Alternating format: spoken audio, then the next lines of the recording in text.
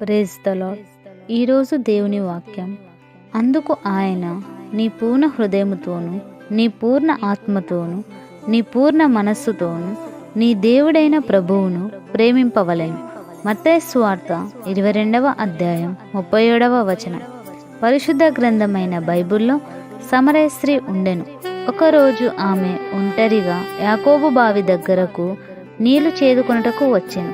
అప్పుడు యేసుక్రీస్తు కూడా అక్కడికి వచ్చి, అమ్మా, దాహంగా ఉంది, తాగడానికి నీళ్లు పోయుము అని ఆమెను అడిగాను. అప్పుడు ఆమె, యూదుడవైన నీవు సమరయుల దగ్గర నీళ్లు అడగకూడదు అనెను. ఇలా వీరి సంభాషణ అంతటిలో సమరయ స్త్రీ పాపి అని తెలుసుకొనెను. అప్పుడు ఆమె తమ పాపములు అన్నిటినీ విడిచిపెట్టి ఆయనను పూర్ణ మనస్సుతోనూ, పూర్ణ ఆత్మతోనూ, పూర్ణ బలముతోనూ ప్రేమించసాగెను.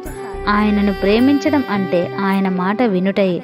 పాపములను విడిచి పరిశుద్ధంగా, అతి పరిశుద్ధంగా జీవించడమే. కాబట్టి సహోదరి సహోదరులారా, ఇప్పటిదాకా యేసయ్యకు విరోధంగా చేసిన పాపములు అన్నిటినీ ఒప్పుకొని విడిచిపెట్టి ఆయన చెప్పినట్లుగా పూర్ణ ఆత్మతోనూ, పూర్ణ బలముతోనూ, పూర్ణ మనస్సుతోనూ ఆయనను ప్రేమించి ఆయన రహస్య రాకడ కొరకు మనమందరం సిద్ధపడుదాం.